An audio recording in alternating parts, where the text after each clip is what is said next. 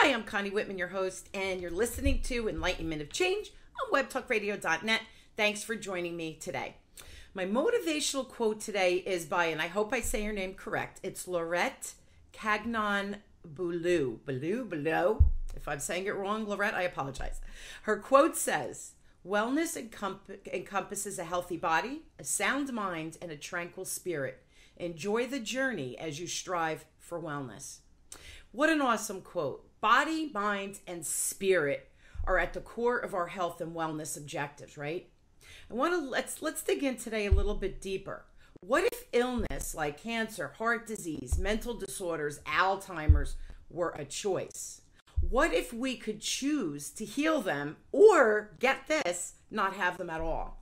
Would you be interested in learning a little bit more about taking control and possibly eliminating diseases from our life? Sign me up.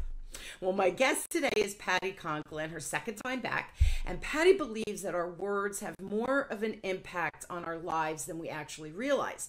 They manifest within our bodies the second they're thought or even spoken, storing up over a lifetime through vibration. These words come with an emotional attachment and can create physical blockages in our energy flow, creating illness and disease.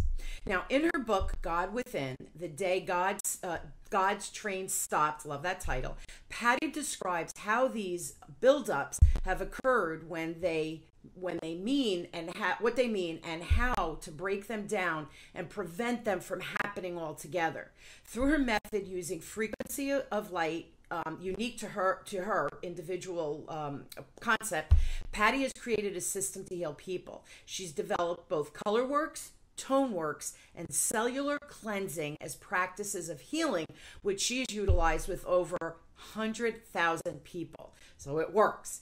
Now, this book includes various true examples of people who have experienced actual changes in health, well-being, and spiritual transformation. Now, Patti is a world-class energy healer and much sought-after facilitator who shared her experiences and changed lives at hundreds of workshops, lectures, and conferences throughout the last 2 decades. So she's an expert. She is a frequent keynote speaker and presenter at alternate, native, and allopathic conventions. She's a creator of colorworks, a visualization process that uses active vibration within your body to release or heal specific symptoms, emotions, or physical challenges. Whoo! Please help me welcome my awesome guest, Patti Conklin. So Patti, thank you so much for being on today. Thank you so much for having me, Connie. What a pleasure. A joy. Well, you are a joy. You are a joy to have on the show, and your background is so interesting. The book was so interesting to read, and the concept of us creating these illnesses and actually being able to take control to eliminate them or stop them from happening in the first place. You know, the thing is, I think I love most about your concept, Patti, is it's non-intrusive, right? There's no surgeries, there's no medications. It's just these concepts of color works and vibrational work and these alternative healing methods. So if it can work, why not, right? You give it a shot for folks that are maybe not feeling well or looking for alternatives. So my first question, I think that's important, are some illnesses more difficult to treat and cure than others, have you found? And if so, why? Why does that happen? There really isn't a difference in diseases. Really?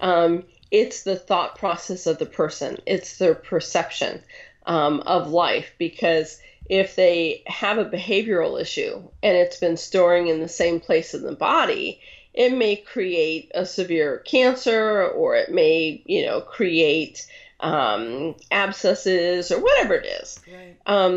But it's their thought process. So the first thing you have to do is help them recognize what the emotion is that they've been, habitually storing in what part of the, what area of the body. And it's not always where the disease is, right? It could be, you could be having something with your GI tract and have it stored in your knee. So I always say, if you're doing alternative or Western medicine and three appointments doesn't start making it feel better, you're in the wrong place. And so it's just understanding that what makes it worse is how strongly your belief is in the behavior that's creating the disease. And let's say it's judgment or anger and the inability to forgive someone or always being a victim. So what has to happen is you change the behavior of the individual, and then the energy can start flowing through the body again because they're not thinking the same thoughts. And you're using color works or tone works. There's two active frequencies in the universe, and that's color and tone. And you get them using that with just a simple question of what color do I need to, say, remove frustration from my kidney. And then your body moves that frequency there. And once the energy starts, the emotional behavior is changed, and now the body can start healing. But if you understand it's how you phrase your words, if you wake up in the morning and let's say you've got arthritis and you wake up in the morning and your partner or friend says, how you feeling this morning? And you say, gosh, I'm really stiff. It just really hurts this morning. Your body's recording all of those words and your body's like, well, okay. I mean, if that's what you want, then that's what I'll give you. And instead they could say, you know what? In 10 minutes, I'm going to feel terrific, because they're validating without saying the words that they don't feel great. But they're also giving their body the response that in 10 minutes, it's going to feel terrific. And so it's really watching how you're speaking. Everything can be said, even the most confrontational conversations can be said with respect and a neutral statements without making them personal or aggressive or whatever. And understand that every time you get frustrated or upset with somebody, you're not putting stuff into their body. You got it in your body. That's it. Now, I want to go back to the arthritis example, okay? So I have arthritis, let's just say, and somebody asked me that, and I say, oh yeah, it's killing me today, right? It's really hurting. Is that specific thought pattern to the arthritis, or is it affecting another organ in the body? It's specific to the arthritis. Okay. There's a lot of books out there through the years. There's so many books out there now. Not so much when I was starting out, but out there now of, anger stores here and frustration stores here, and they pick different organs in the body. I don't find that at all. I find that the cluster of congested energy is anywhere. It's cellular, it could be in the kidney, it could be in the liver, but it could be just a mass in your leg. It could just be a blocked energy in your leg. I like to have people just understand that it can be anywhere in your body.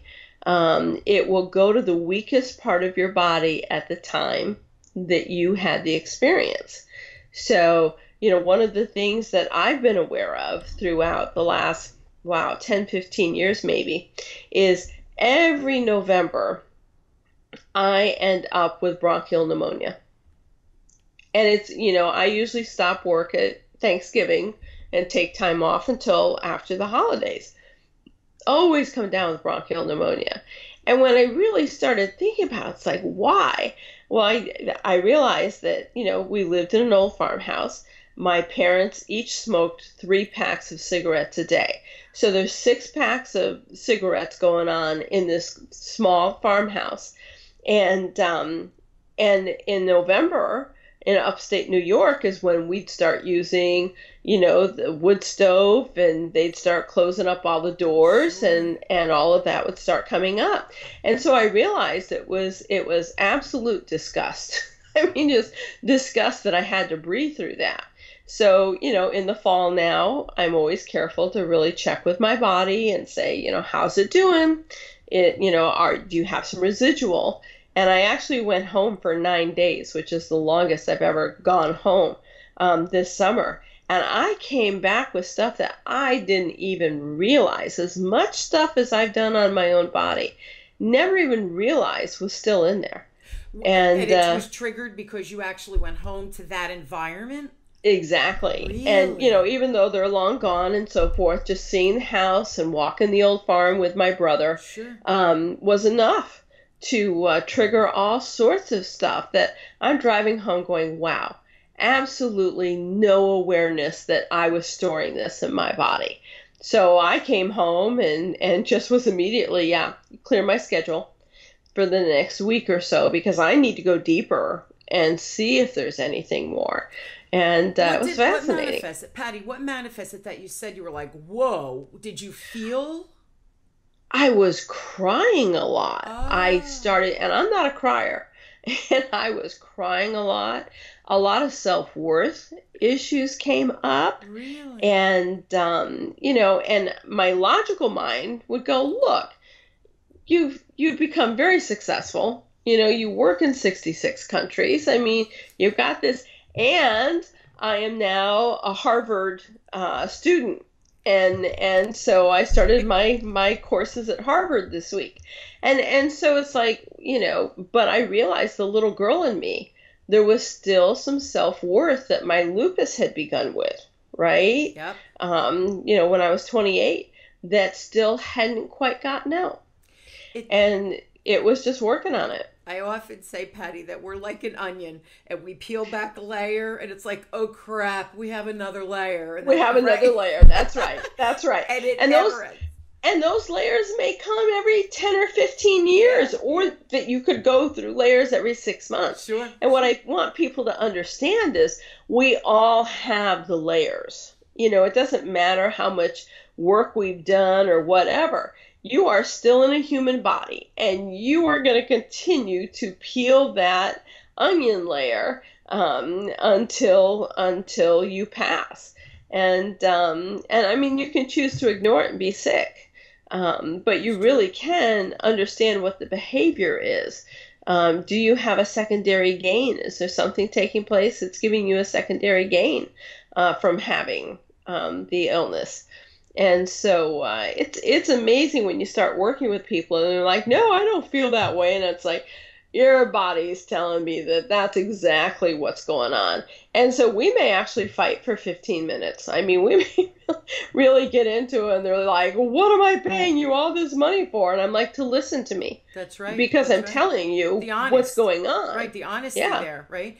Yeah. Um, do you find that, like, people that give you the pushback, right? Is it because they like their story that they want to hold on to that story? I'm a cancer survivor. I have diabetes. I've lost a child. Whatever. I mean, all of these to me are Whatever. tragic events. Don't get me wrong. Right. I'm not minimizing any of them. No, not at all. But is it because we like that? And I don't mean like it like, oh yeah, I want to be a cancer survivor. Yeah, I want Right. to lose a child. Of course not. But Right. is that because that we identify with that story? Is that what's going on? Well, it's more, we store every word and every emotion in ourself. And so our subconscious really runs our consciousness. And Yeah. so if we're not aware that our subconscious is doing one train of thought and consciously you're doing the next, what's going to win over is the subconscious, not the conscious mind. Right. And so it's really about understanding what your subconscious is saying. And so they may say, I don't feel that way. And as soon as they say that, their whole body shuts down. And I have to say, no, your body's shutting down right now. And they're like, but I don't feel that way. And then we get into dialogue and I'll go, but what about when this happened? And they're like, yeah, okay, I can see where you're going with this. And then through the dialogue, they begin to understand that they never knew they were in a victim role, or a secondary gain, because when tragedy happens in our lives, people reach out to help us. And if they reach out for a long period of time, that becomes our new normal, right? And so it's not that consciously they're saying, oh my gosh, I need to make more drama in my life to get people to come back. They don't let go of the story so that they can keep people coming back. And honestly, it's taking responsibility from that point forward. It's like, if I stay a victim, I don't have to take responsibility for my life. And that's a big one for people. Do you find that people have one drama after another after another? Is that a pattern that is unsuitable? Yeah, because they want to keep the storyline. They want to stay in that victim role of just being a victim, and that's what makes them feel wanted. It's kind of like the jealousy issue, that you have in relationships. And this is very subconscious in men more than women. But if a man is dating or married to a woman who's incredibly jealous, consciously they may complain about it. However, subconsciously, it shows them they're loved, that they're needed, that they're wanted, that she really wants to be with him. And so you've got two dynamics that are playing out, one in the conscious and one in the subconscious. And it's why people tolerate that kind of behavior or that kind of abuse, emotional abuse or psychological abuse, whatever, because the subconscious is being fed.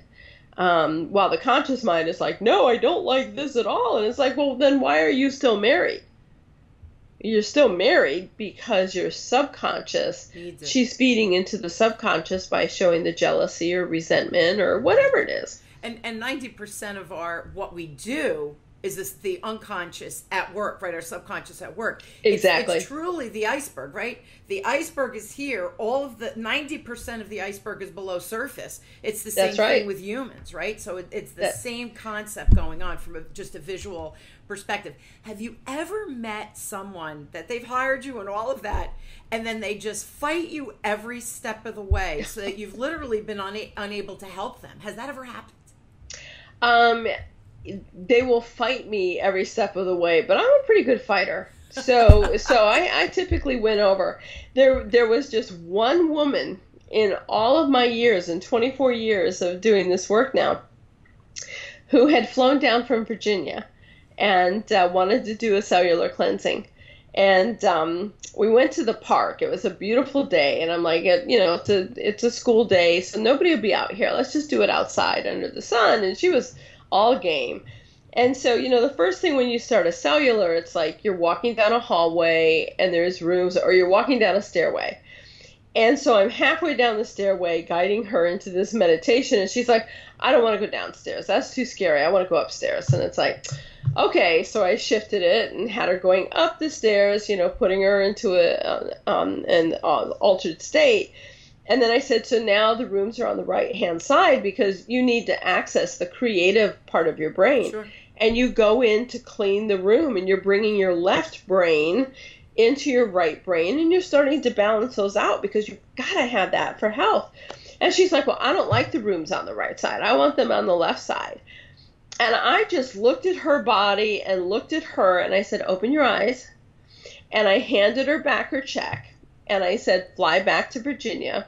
And if at some point you're willing to let go of control, then I'll be more than happy to do it with you. But I'm just not even going there today. And she's the only person out of all of the people I've worked with that I just knew there was not going to be a successful treatment for her. Other people go, I'm not judgmental.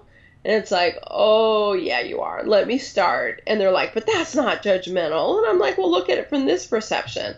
And so sometimes there was a guy who was in his early 50s, and he had a lot of blockages. And I was just really proud of him for being willing to be open enough to do a cellular cleansing, because alternative medicine was not something that he knew, or energy medicine or anything like that.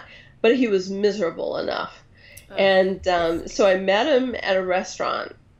He was staying at the hotel, and so I met him at a restaurant in the hotel, and his walls were just rock solid. And I thought, man, if we try to do this right now, we're not going to get anywhere. Wow. And I got sarcastic. I was kind of throwing barbs at him about, what was going on.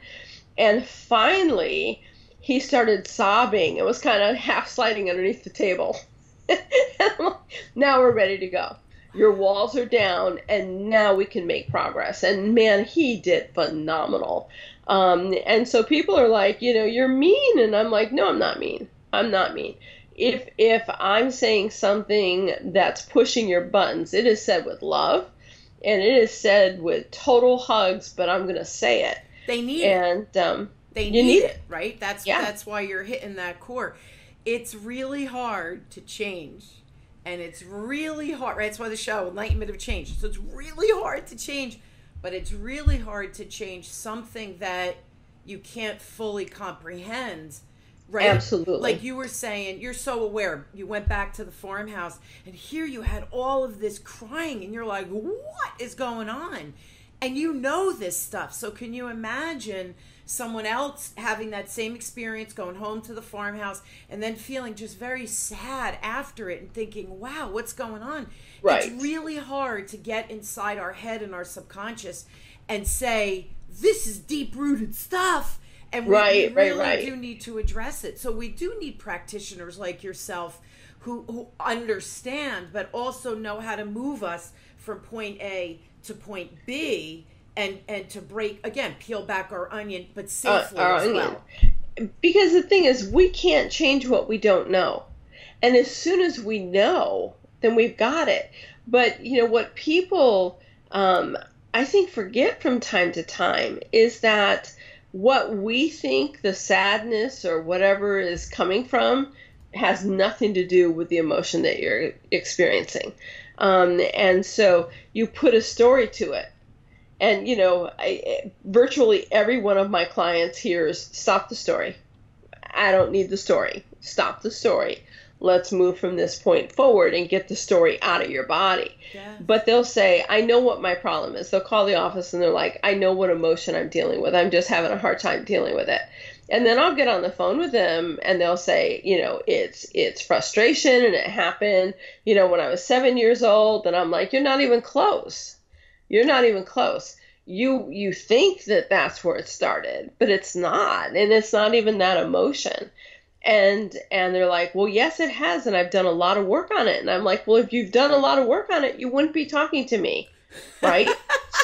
So you didn't get the right emotion. It's not the correct emotion. Do you get and that they kind quick? of chuckle. But Patti, do you get it that quick when you speak with someone that you think, yeah, that's not it? Within a minute. You do? Within a minute, yeah. Or I just have to see their name in the calendar, and then I know what we're dealing with.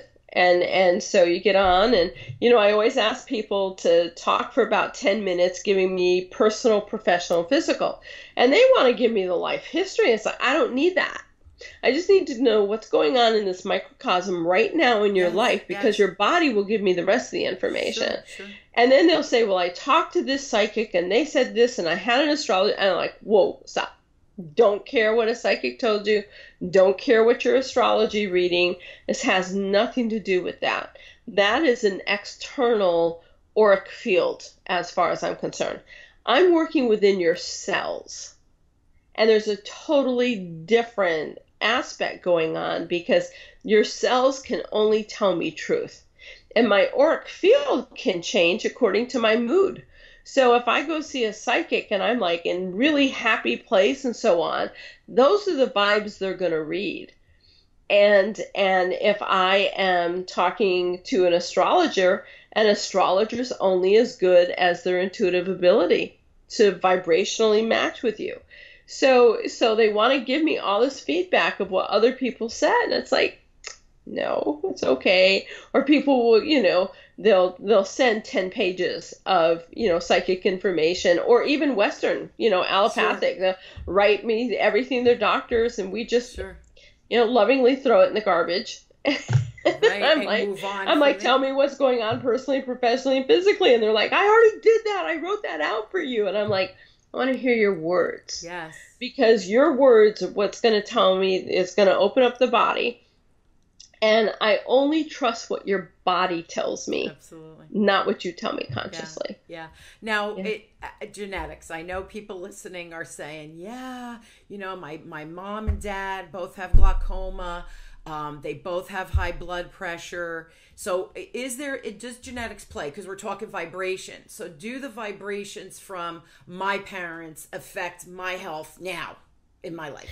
Yes. Everything your mother experienced while she was pregnant with you went into your body in addition to her body.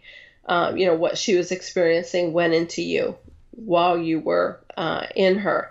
And the other thing is that I find curious, and I want to do more studying on it, but the dad's sperm at the moment that conception was made, whatever his mood was, like in the 2 days prior to conception, is what the baby will be born with.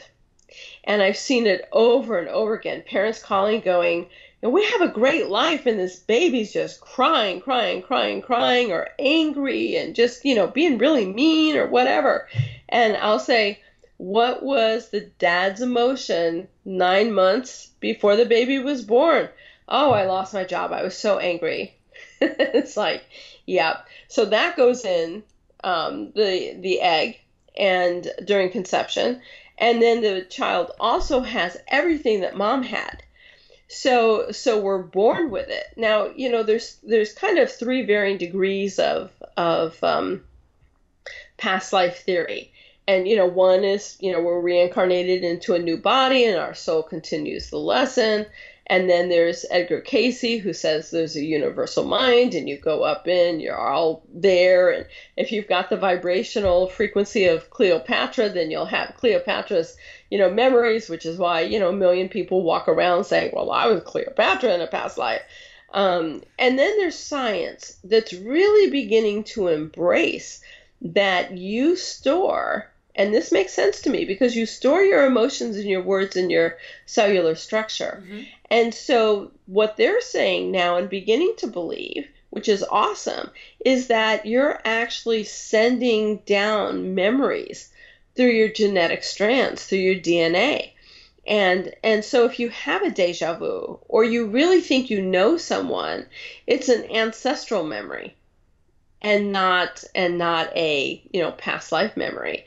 Some of my older colleagues, when I first started out, who are totally into past lives, you meet somebody, you don't like them, and they're immediately, well, they killed you in a past life, or you killed them, or, whatever. And I'm like, no. It has nothing to do with that. Their frequency is at this level. Your frequency is at this level. And you're just not compatible vibrationally. And once you bring those vibrations into attunement and alignment with each other, you get along great. It's interesting. I wish I could remember the research and who the doctors were and what university it was, but they were testing mice. And they put little mice in the little habitat, and they were taking cherry blossoms, putting them into, I'm talking about, into the habitat. Yeah. And they would put a little electric current, not hurting them. Right. And then they stopped the electric current, put the cherry blossom, and they would react as if there was a current. They mated those mice and had their little litter, and then they put they let the baby mice grow up, but then they put them in the habitat.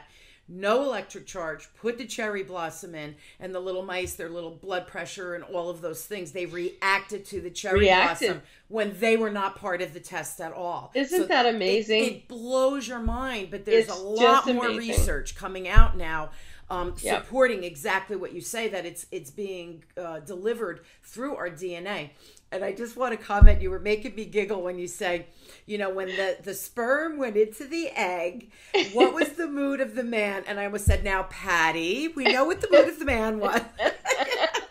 I just had to mess with you for a second because it was just so cute. And then you footnoted it by saying, a day or two before. And I thought, okay, then we were not enamored. That's right. You're absolutely true. And I always had to make that footnote because people are like, well, we know his mood. No. I want to know the totality of the last couple of days. Yeah. It was cute. It is cute, because a man is born with, an infinite number of sperm. And women will say, well, women aren't also. And it's like, well, no, we may be born with a billion eggs. But by the time we reach puberty, we've lost 500 million of those. And every year or every month that we have a cycle, we lose another couple of 100,000. So by the time we've reached our 20 and 30s, we don't have a lot of eggs left. But those eggs have also experienced what you experienced. And there was a client of mine a few years ago, and just an amazing woman. Her mother and father were both Holocaust survivors. And she wrote a book. And the book was I Was an Egg at Auschwitz. And how much trauma that she grew up with, that she did not experience, that her parents experienced. But because she was in her mother's body as an egg, the egg also took in the trauma. And it was fascinating, just amazing. They're doing so much more research now, which like I know some people probably don't listen to this show specifically because I'm a business platform. I talk a lot about how can we change how successful we are at work, or if we're starting a business and all those things. But at the core, if we are not healthy in mind, body, spirit, how can we be good at like anything out there in our life? So when I do think most of the people who tune into my show believe that there's this connection of mind, body, spirit with abundance and success and business capabilities.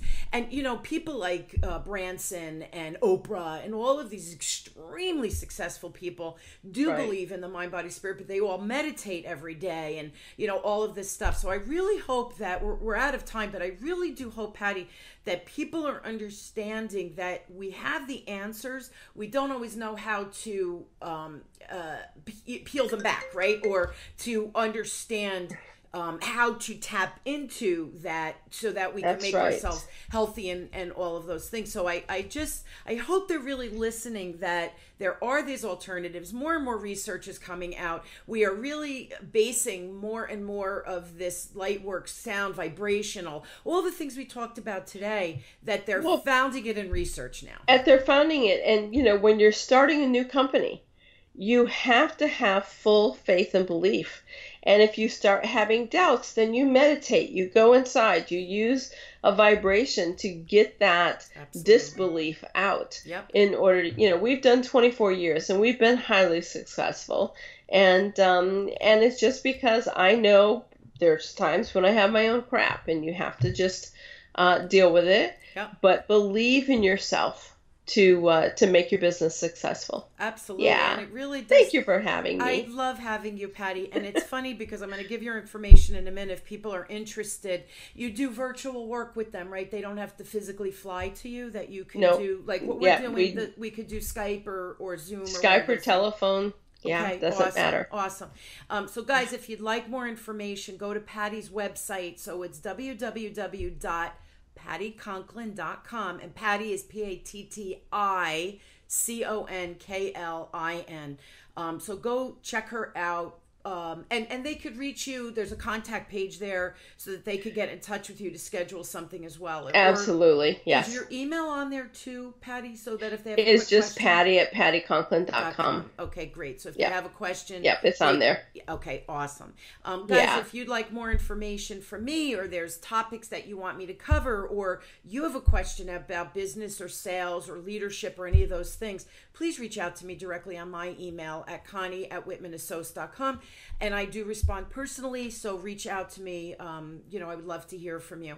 Patti, as always, an absolute delight. I feel like we have so much more to talk about. I know. Because this is such a interesting topic, yes, but I think that it's still an unknown topic for so many, that there's so many more questions that I know people are thinking, well, what about this? And what about this? And what about my background? And what about, my ancestral, everything plays into everything. And I would love to do a show, Connie, on just, when you're starting your business, your frequency at the time that you're starting the business is imprinted in whatever you're doing, whether it's, whether it's print media or commercials or whatever. And if you start going through a rough time, let's say 5 years later, the vibration will shift within those medias that you're advertising in. And business will start lessening because you are. So everything you put out for advertising and marketing shifts according to what you're feeling and believing in the faith. And so, yeah, if you ever want to do a show about that, we can do that. I think we absolutely have to, because I would think not only if I'm opening a business, but let's say I'm seeking a promotion at work and I have a new boss or I have an old boss and I'm trying to prove myself. My own self-doubt is going to come through in whatever I'm transmitting, right, for that period of time. Seeking exactly. It's not your words. It's not your words. It's the energy that's emanating off your body. Absolutely. We're going to do a show on that. So hold tight, Sounds everybody. awesome. It's coming. It's coming. Thank you again, Patti. Thank you, Connie. I hope you guys, my listeners, will join me weekly as we question, build, and discover together how to grow and challenge ourselves and just realize that we can change. We really can, and we truly have the power within us. Thank you, everyone, for tuning in. Thank you, my beautiful guest, Patti, for just sharing some, I think, really important information that we can all use to flourish and just to have abundance and beautiful things come into our lives. So thank you again, Patti.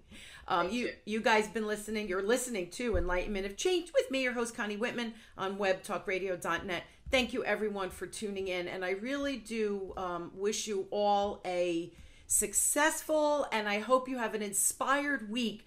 And check Patti out, because I think we can all use Patti's help. Our onions need that peeling back. Enjoy, everyone.